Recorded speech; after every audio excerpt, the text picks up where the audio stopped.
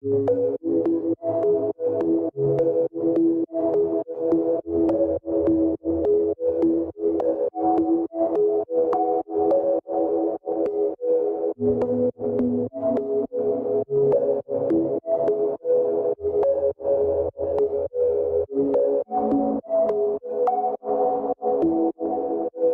was mostly peaceful, chaotic, but mostly peaceful chaos.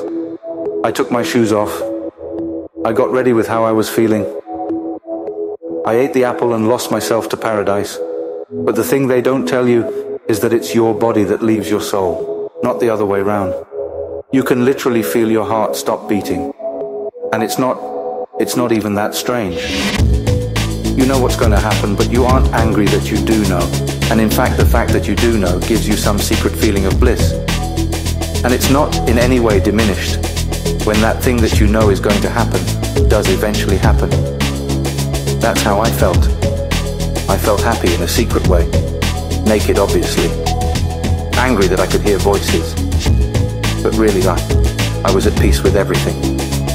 Just me and my slowly slowing heart and a crowd of faces asking me for my name and what the date was. And whether or not we were in a time of national crisis. I don't know. Kindness is so strange.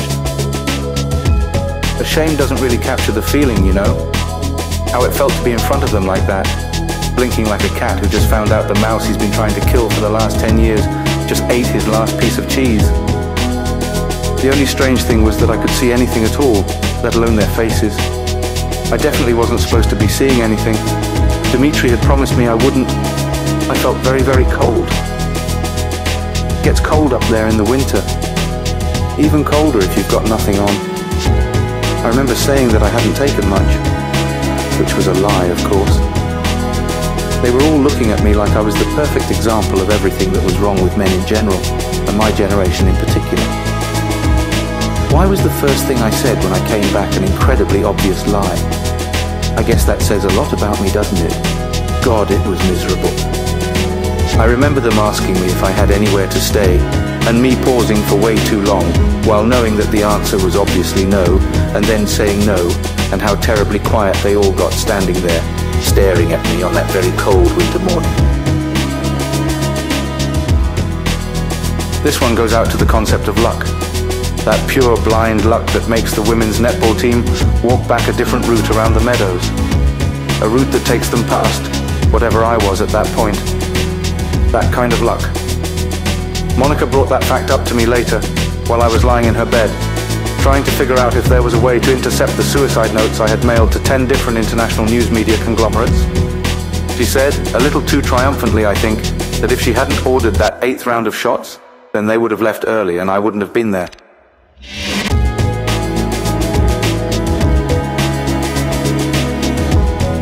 And that if she hadn't decided, in her, as I was soon to discover, classically whimsical way, to lead the gang after that 8th round of shots back around a different way just because she felt like it, then she wouldn't have found me at all.